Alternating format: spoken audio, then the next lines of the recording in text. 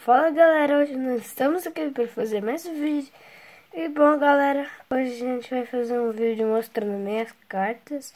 E eu vou mostrar as cartas do meu deck: Charmeleon, Summer Rush, Sanders Rush de Alola, Metang, outro Metang,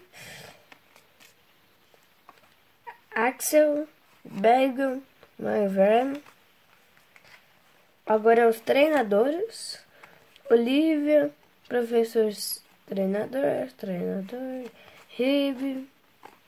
Agora são os pokémons normais, galera: Swellow, Noibat, Staravia, Biware.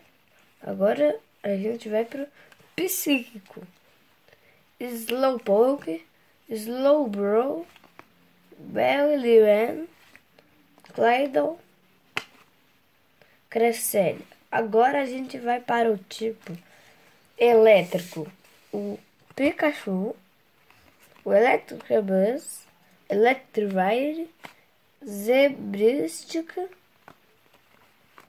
Galavantula,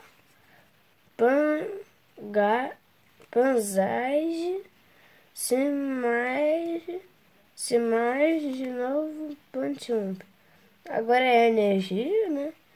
Energia de metal, planta, lutador, metal, lutador, fada, psíquico. Agora vem para o tipo lutador. É o que eu tenho mais aqui: Dark Marowak, Gligar, Gliscor, Sal, Mienfo, Machamp, Lycanroc. Lycanroc, né? Agora vamos começar para os raros: Solgaleo, Gardevoir, Mega Mewtwo X e Vital X. É isso, galera. Agora a gente vai mostrar de novo, né? Ó.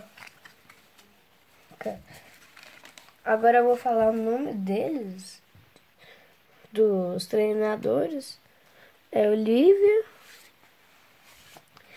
Ribe, professor Camori, professor Nogueira.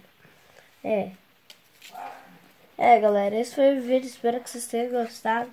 O Pikachu quer falar uma coisa: Pikachu, se inscreva no canal.